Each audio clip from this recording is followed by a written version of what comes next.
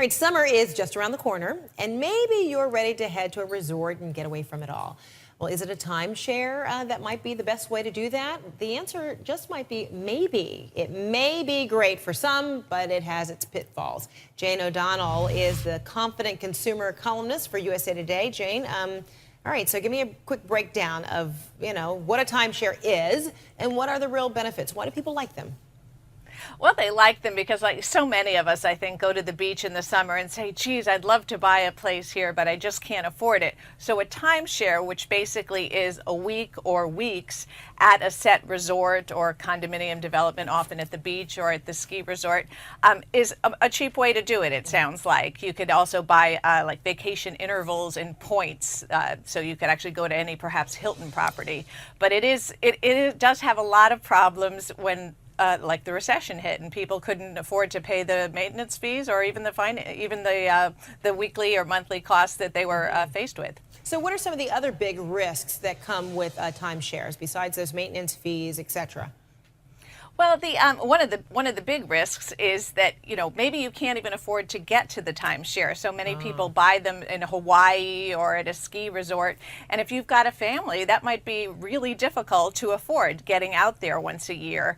You might not be able to even trade it. There are exchange companies where you can trade your week for somewhere else, but maybe nobody wants your week. And then there's, of course, the scams that are very popular right now where people are taking advantage of people who want to get out of their timeshares. And what are these scams all about? How do you identify that this is a scam?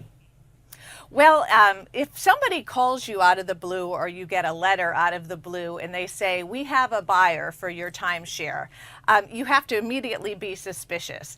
They could be perfectly legitimate, but you really do have to check them out. Never give money up front if you can possibly help it, unless you've completely checked out the seller and you know what the refund policy is, because there's a lot of people have been prosecuted. People are going to prison for demanding $2,000 up front to sell timeshares, and then they walk off with the money and you don't have a buyer. So if you're trying to sell your timeshare, you shouldn't be paying anyone up front in which to do so? Right. You definitely don't want to pay them up front. If you met somebody maybe face to face and you had checked them out and you knew they were legitimate, it might be okay according to the Federal Trade Commission. But most people say don't do any kind of transaction up front until you know they have the buyer. So who's a timeshare right for?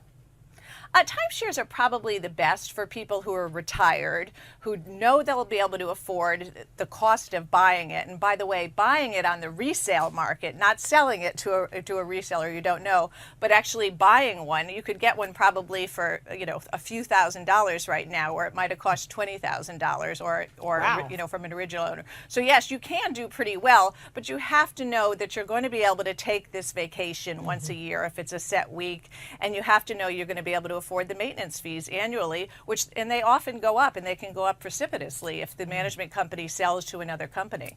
There are people that have been hit with like $6,000 special assessments because there was water damage at one place in Hawaii, and that could really break the bank for somebody.